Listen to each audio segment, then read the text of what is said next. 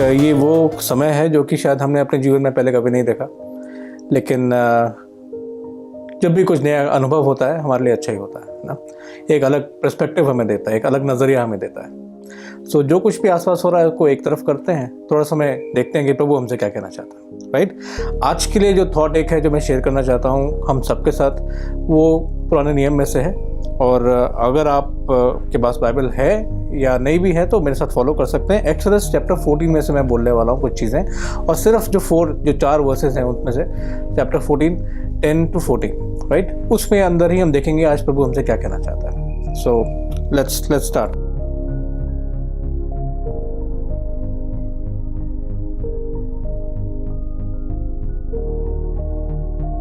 Old testament की एक खास बात मुझे लगती है कि उसमें एक जो कहानियाँ हैं ना वो किसी मूवी से कम नहीं है। They are very interesting, very gripping. लेकिन दूसरी तरफ वो सिर्फ कहानियाँ नहीं, वो सच्ची घटनाएं हैं, राइट। और वो हिस्ट्री है हमारी।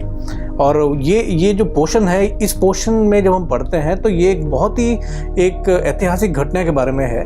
जब जो इजरायली लोग थे वो इजिप्ट में जो स्लेवरी थी उनकी, जो वहाँ पे दास के रूप में नौकर बना के उनको काम कराया जा रहा था, टॉर्चर हो रहा था उनके ऊपर, उस सब से छोड़ के वो लोग बाहर निकल रहे थे, राइट। और उनका लीडर कौन था? Moses, right. सो ये वो पार्ट है। और इससे पहले बहुत सारे बड़ी बड़ी चीज़ें हुई थी, जैसे कि प्लेग्स आए थे। परमेश्वर ने अलग अलग चीज़ें करी ताकि जो राजा था फेरो वो लोगों को जाने दे, है ना। और मोसेस ने बार बार बोला लेट माई पीपल गो। और फाइनली ये वो समय आता है जब मूसा अपने साथ कई 100 परिवारों को लेके उस जगह से निकलते हैं। और ये उनकी आज़ादी का जर्नी है ना, उनके फ्रीडम जर्नी है ये। तो हम इमेजिन कर सकते हैं कि फ्रीडम जर्नी का मतलब क्या होता है। तो ये वो सिचुएशन है, ये वो सीन है, राइट। तो they are very happy, they are very jubilant. लेकिन अगर हम इमेजिन करते हैं, इमेजिन करिए कि कई 100 परिवार मैंने बोला, तो वो इतने सालों से इजिप्ट में, मिस्र में रह रहे थे। अपना हाउस होल्ड, अपने बर्तन, अपने कपड़े, अपने बच्चे, अपने बुजुर्ग, अपने जानवर, अपने घोड़े, अपने गधे, सब अपने साथ लेके वो चल पड़े। तो इट इज़ नॉट ईजी, इतना आसान नहीं था जितना हमें पढ़ने में लगता है। तो काफ़ी लंबा सफ़र था और इतने लोगों के आगे आगे मोसेस चल रहा था, राइट। तो ये सीन है। तो दे वर वेरी हैप्पी कि फाइनली वो उस दासत्व से बाहर निकले, उस स्लेवरी से बाहर निकले, राइट। और चलते एक जगह ऐसे आती है, मैं कहानी के रूप में बता रहा हूँ आपको, जब उनको लगता है इस तरफ पहाड़ है, यहाँ भी पहाड़ है, और सामने एकदम पीसफुल समुंदर है, ओके, द रेड सी।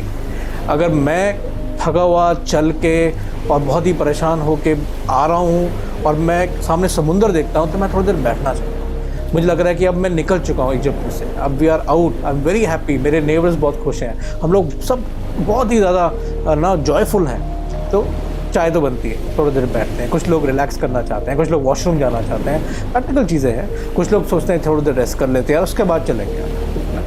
और बहुत सुंदर एटमॉस्फेयर भी बहुत अच्छा है, सीनरी भी बहुत अच्छी है। तो सब कुछ बढ़िया था, ठीक है, सब कुछ बढ़िया था जब तक उनको ये न्यूज़ नहीं आई कि जो राजा फेरो है उसका मन फिर से बदल गया और वो पूरी सेना को लेके इनका पीछा करते हुए इनको पकड़ने आ रहा है, मारने आ रहा है, पकड़ने आ रहा है, वापस ले जाने आ रहा है, जो भी उसके मन में था। तो जैसे ही इमेजिन करिए, मैं शांति से, वो अच्छी ब्रीज आ रही है समुंदर से, इतना अच्छा व्यू है, और मैं चाय का कप पी ही रहा था और मेरे को न्यूज़ मिल गया कि राजा आ रहा है। क्या हुआ होगा मेरे साथ? और दूसरी तरफ देखें तो फेरो वो फ्यूरियस हो गया था, है ना। आई मीन उसका भी दिमाग कहाँ चल रहा था, क्या हो रहा था, उसने भी सोचा होगा कि यार जाने देते हैं लोगों को। मोसेस बहुत टाइम से बोल रहा है, इतनी सारी यहाँ पे कैलामिटीज आ गई, जाने देते हैं, अलाउ कर दिया। लेकिन सडनली उसको लगा होगा अरे जाने देते हैं, फिर मुझे पानी कौन पिलाएगा, है ना, मेरे गार्डन को पानी कौन देगा। क्योंकि उन लोगों को आदत पड़ चुकी थी उन लोगों के सेवाओं की। वो लोग करते ही नहीं थे कुछ काम, सारा काम इनसे करवाते थे। ईंटें बनाना, घर बनाना, सामान लाना, लाइक स्लेव्स, उनको टॉर्चर कर करके काम करवाते थे इतने सालों से। तो सडनली उसको लगा कि अरे ये काम कौन करेगा, मेरे को चाय कौन पिलाएगा, खाना कौन बनाएगा। तो एकदम से उनको लगा कि ये तो हमने गलत कर दिया, हम कैसे करेंगे। सब लोग जमा हो गए। अगर आप पढ़ोगे उस पोर्शन में, उसने 600 चैरियट्स लेके निकला, वो 600 चैरियट्स। जानते चैरियट क्या होता है?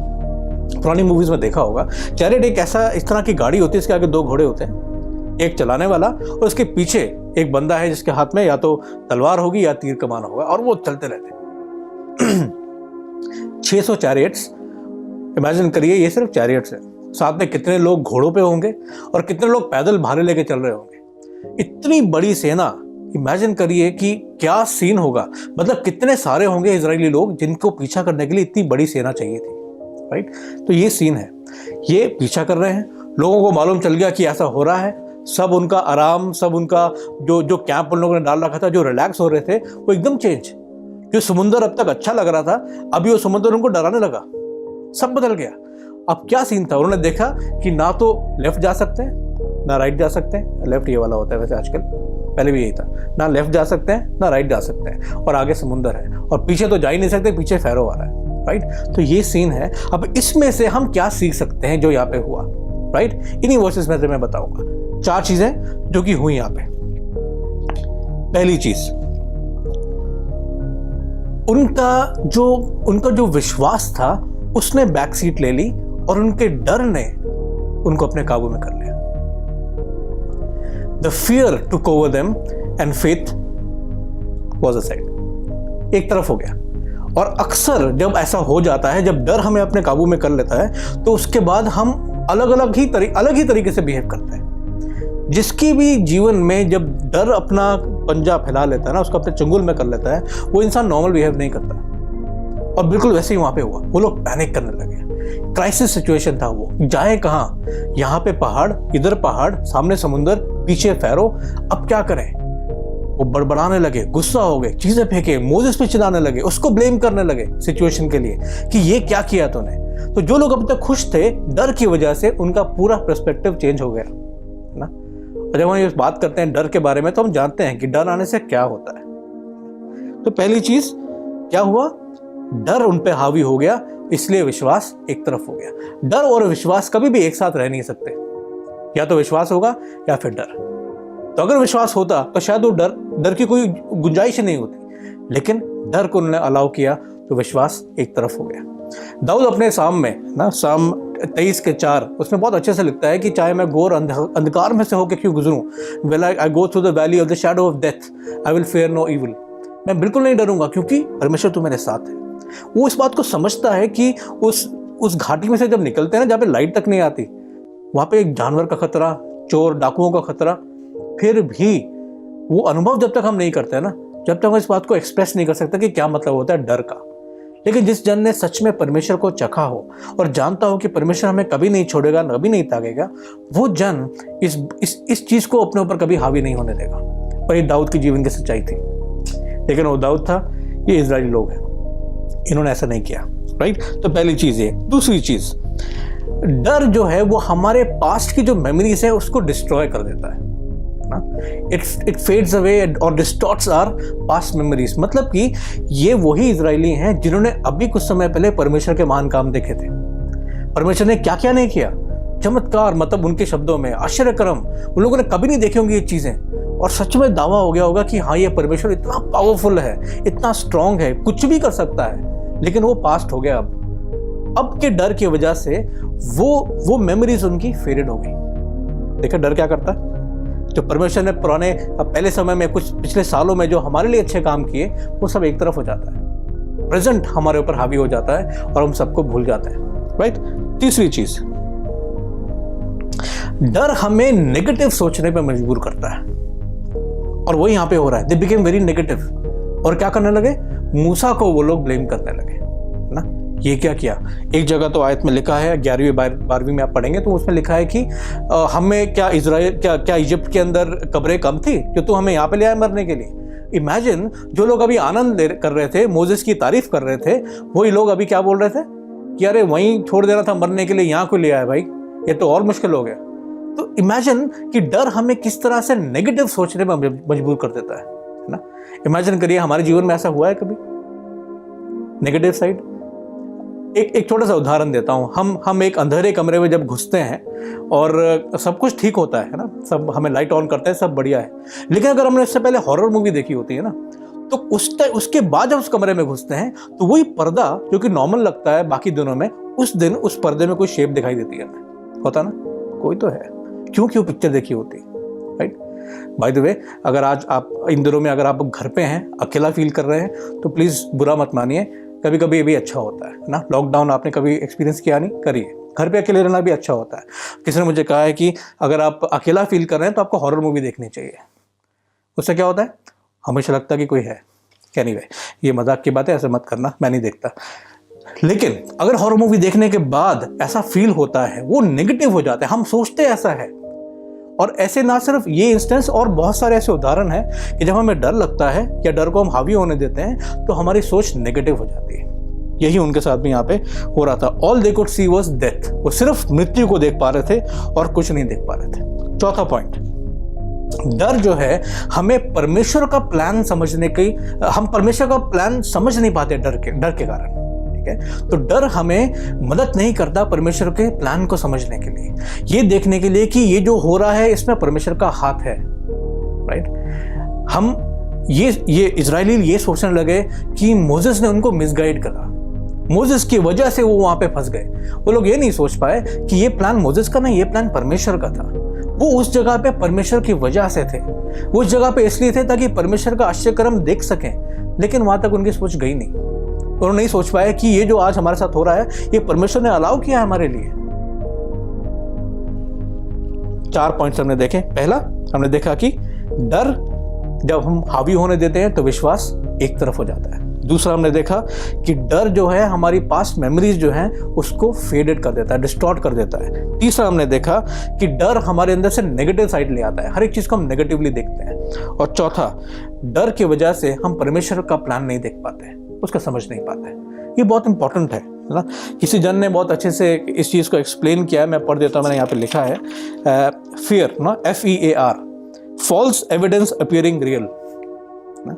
फॉल्स एविडेंस अपीयरिंग रियल मतलब कि जो है नहीं लेकिन वो सच में प्रतीत होता है और हम डर जाते हैं उसकी वजह से। अभी अगर हम देखें तो सिमिलर सिचुएशन हमारी भी है ना, शायद पूरी दुनिया की, जो इन लोगों की थी। हेल्पलेस, कोई मदद नहीं, कोई बचाने वाला नहीं, पीछे से कोई मारने आ रहा है, कितनी बड़ी तादाद में मारने आ रहा है कुछ नहीं पता, इधर भाग नहीं सकते, वहां जा नहीं सकते, सामने समुंदर है। बिल्कुल कोविड-19 की वजह से पूरी दुनिया इस तरह से डरी हुई है। Everybody is scared, everybody is afraid कि कल क्या होगा। लेकिन हम ये भूल जाते हैं कि हम इस डर को हावी होने देते हैं और ये भूल जाते हैं कि वो परमेश्वर जिसने अब तक हमें संभाल कर रखा, वो अब जाके हमें क्यों छोड़ देगा, वो क्यों छोड़ देगा। परमेश्वर हमारे जीवन में ऐसी चीजें अलाउ करता है ताकि हम उसका महान काम देख सकें। और बिल्कुल वैसे ही 13वीं आयत के अंदर मोसेस ने उनके सवालों का जवाब दिया और बहुत, I think this is the best answer he has given to them. मैं पढ़ देता हूं, मेरे पास इंग्लिश में है यहाँ पे। Verse 13, Moses answered the people, do not be afraid, stand firm and you will see the deliverance of the Lord. 3 बातें फिर से बोलता हूं। डू नॉट बी अफ्रेड, डरो मत। दूसरा, स्टैंड फर्म, खड़े रहो। और तीसरा, you will see the deliverance of the Lord, तुम परमेश्वर के उद्धार के कार्य को देखोगे। और जब सिचुएशन इम्पॉसिबल होती है ना, परमेश्वर वहीं पर उसको पॉसिबल करता है। परमेश्वर वहीं रास्ता निकाल सकता है जहां पे रास्ता है ही नहीं। That's why he is called the way maker. तो हमारी सिचुएशन में हम क्या कर रहे हैं आज? हमारी सिचुएशन ऐसी परिस्थिति बिल्कुल सिमिलर है। हम डरे हुए हैं, हम हाथ पैर मार रहे हैं, क्या कर रहे हैं? मुझे एक इंसान का उदाहरण याद आता है जो कि दलदल में गिर गया था। और अक्सर मैं पहले भी इस चीज को बता चुका हूँ। क्या किया? वो चिल्लाने लगा, बचाओ बचाओ, और अपने हाथ पैर मारने लगा। सडनली एक आदमी आया, उसने देखा कि वो दलदल में गिरा हुआ है। तो जैसे ही वो उसको बचाने लगा, ये आदमी अपने हाथ पैर मारता चला गया। लेकिन हाथ पैर मारने की वजह से ये और दलदल के अंदर जा रहा था। वो जो इंसान साइड में खड़ा था, उसने जोर से बोला कि तुम सीधे खड़े रहो, कुछ भी हरकत मत करो, just stand still, just be still, don't do anything, कुछ मत करो। कुछ नहीं करोगे तभी मैं तुम्हें बचा पाऊंगा। और कभी कभी हमारे जीवन में ना, हमें कुछ ना करना बहुत जरूरी है। शायद प्रभु ने यह अलाउ किया कि हम कुछ ना करें और प्रभु के साथ ही समय बिताएं। हम इस नजर से, इस पर्सपेक्टिव से क्यों नहीं देखते कि परमेश्वर को शायद ऐसा करना पड़ा कि तुम कहीं मत जाओ, मेरे साथ समय बिताओ, spend time with me, talk to me. बहुत करना आता है तुम्हें, बहुत कुछ कर लेते हो तुम, लेकिन अभी जब कुछ नहीं कर पा रहे, सब कुछ होने के बाद भी, सब रिसोर्सेज भी हैं, सब पैसा भी है, सब कुछ है, लेकिन फिर भी नहीं कर सकते, तो प्रभु ने एक बार फिर से हमें सच्चाई को बताया है कि हम अपने आप में कुछ भी नहीं है और परमेश्वर के बिना तो हम कुछ भी नहीं। लेकिन ये खुशी की बात है कि परमेश्वर ने ना तो हमें छोड़ा है और वादा करता है कि हमें त्यागेगा नहीं। तो डर को हावी ना होने दे, परमेश्वर पे हम भरोसा रखें, क्योंकि भरोसा होगा, विश्वास होगा तो डर नहीं हो पाएगा। तो तीन चीज़ें याद रखें। पहला, डू नॉट फियर। दूसरा, स्टैंड फर्म। और तीसरा, you will see the deliverance of the Lord. ये बातें मूसा ने उन लोगों को कही और ये हमारे लिए भी आज उतनी ही रेलेवेंट है। हम ऐसी परिस्थिति में क्या करते हैं वो हमें सोचने की ज़रूरत है और परमेश्वर से प्रार्थना करने की ज़रूरत है। हम विश्वास की बातें करते तो हैं, लेकिन विश्वास की बातें करना और विश्वास का जीवन जीना, उसमें बहुत अंतर है। ये कहानी मैं अक्सर सुनाता हूँ, मेरे लिए खुद के लिए बहुत इंकरेजमेंट ये कहानी हमेशा रहती है कि जब एक आदमी अपनी गाड़ी से जा रहा था और वो अपने शहर से अपने गांव की तरफ जा रहा था जो कि पहाड़ में था, और सर्दी का मौसम था, और वो प्रभु के गीत गा रहा था, बहुत खुश था कि ये छुट्टी पे घर जा रहा है। लेकिन सर्दी के मौसम में दिन जल्दी ढल जाता है, रात होने लगी थी और ठंड के मौसम की वजह से ओस भी थी, तो धीरे धीरे उसको रास्ता ठीक से दिख नहीं रहा था, अंधेरा हो रहा था, और तेज चलाने लगा ताकि वो जल्दी अपने गांव पहुंच जाए। लेकिन अचानक एक ऐसा शार्प टर्न आया पहाड़ के ऊपर जो उसको दिखाई नहीं दिया और उसकी कार वहां से स्लिप हो गई। जैसी कार वहां से स्लिप हुई, कार खाई में गिर गई, और जैसे ही वो गिर रहा था किसी तरह से उसने कार का दरवाजा खोला और वो भी बाहर कूद गया और अपने हाथ पैर मारने लगा, और उसके हाथ में एक टहनी आई, एक पेड़ की एक ब्रांच, उसने उसको पकड़ लिया और फिर दूसरा हाथ से भी उसको पकड़ लिया और वहां से लटक गया। थोड़ी देर के बाद उसको अपने कार के गिरने की आवाज आई। मालूम चला कि काफी गहरी खाई है, और लटकते हुए उसे जोर से चिल्ला रहा, आवाज देने लगी, कोई है ऊपर, बचाओ। एकदम से ऊपर से आवाज आती है, बोलो तुम्हें क्या चाहिए। तो ये आदमी बोलता है कि ये कौन बोला। तो आवाज आती है कि तुमने ऊपर वाले को बुलाया ना, मैं ऊपर वाला ही हूं। तो कहता है कि परमेश्वर तुम सच में, ये कैसे हो गया आज। तो ऊपर से आवाज आई कि तुमने बुलाया, और जब भी बुलाते हैं मैं आ ही जाता हूँ, लोग बस मानते नहीं इस बात को, बताओ मैं तुम्हारी क्या मदद कर सकता हूँ। तो आदमी कहता है परमेश्वर देखो आप आ गए और क्या चाहिए, मैं यहाँ पे लटका हुआ, मुझे यहाँ से बचा लो प्लीज, मैं मरना नहीं चाहता। परमेश्वर बोलता है बिल्कुल ठीक है, मैं बिल्कुल तुम्हें बचाऊंगा, लेकिन एक सवाल का जवाब तुम्हें जरूर देना पड़ेगा। ये आदमी कहता है बिल्कुल मुझे यकीन हो गया कि आप परमेश्वर हो, क्योंकि परमेश्वर हमेशा सवाल पूछते हैं। पूछिए। कहता है कि क्या तुम्हें पूरा विश्वास है कि मैं तुम्हें बचा लूंगा। तो आदमी लड़कते हुए बोलता है कि हाँ परमेश्वर, पूरा विश्वास है कि आप मुझे बचा लोगे। ऐसा सवाल क्यों पूछ रहे हो, मुझे विश्वास है कि आप ही मुझे बचा सकते हो। बल्कि प्रभु कहता है ठीक है, आपने दोनों हाथ छोड़ दे। आदमी कहता है क्या। कहता है प्रभु ऐसे मजाक का टाइम नहीं हो रहा, अभी ऊपर बात करते हैं, आप मुझे यहाँ से निकाल लो, आप मुझे यहाँ से बचा लो पहले। प्रभु कहता है हाँ मैं तुम्हें बचा लूंगा, लेकिन क्या तुम्हें विश्वास है कि मैं तुम्हें बचा सकता हूँ। आदमी कहता है प्रभु मुझे पूरा विश्वास है कि आप मुझे बचा सकते हो। तो परमेश्वर कहता है फिर वो टहनी को छोड़ दो, उस ब्रांच को छोड़ दो। कहता है प्रभु मैं ब्रांच छोड़ दूंगा, नीचे गिर जाऊंगा मैं। तो परमेश्वर कहता है लेकिन मैंने तो तुम्हें बोला ना मैं तुम्हें बचा लूंगा, मैं गिरने नहीं दूंगा तुम्हें, तो तुम्हें विश्वास है ना मुझ पर। कहते देखो प्रभु विश्वास एक तरफ है, टहनी का छोड़ना एक तरफ है, आप ऐसे क्यों कर रहे हैं सवाल जवाब, मुझे बचा लो ना, रस्सी फेंक दो, हाथ दो, कुछ तो करो। परमेश्वर कहता है मैं तुमसे आखिरी बार पूछता हूँ, क्या तुम विश्वास करते हो कि मैं तुम्हें बचा सकता हूँ। ये आदमी थोड़ा सोचता है, फिर बोलता है कि प्रभु मैं विश्वास करता हूँ कि आप मुझे बचा सकते हो, लेकिन मैं टहनी नहीं छोड़ सकता। उसके बाद से ऊपर से कोई आवाज नहीं आई, और रात भर वो लटका रहा, और इतनी ठंड थी वो जम गया ठंड के कारण और मर गया। सुबह जब लोग आए उनको मालूम चला कि एक्सीडेंट हुआ था, तो जानते हैं क्या पता लगा। ये आदमी जहाँ से लटका था ना, उस पहाड़ी पे 2 फीट नीचे एक छोटा सा प्लेटफॉर्म था। अगर वो टहनी छोड़ देता तो शायद वहाँ पे गिरता और वहाँ से बच सकता था। बहुत सी बार हम विश्वास की बातें जरूर करते हैं, लेकिन जब इस तरह की परिस्थितियां हो जाती हैं तो हम पैनिक करने लग जाते हैं। हमारे ऊपर चुनाव है, हमारे ऊपर निर्णय करने का समय है कि हम क्या करना चाहते हैं। हम डर को हावी होने देते हैं या विश्वास को सामने लाते हैं और विश्वास को हावी होने देते हैं। ये चुनाव हमारा है। Have a good week, all the best.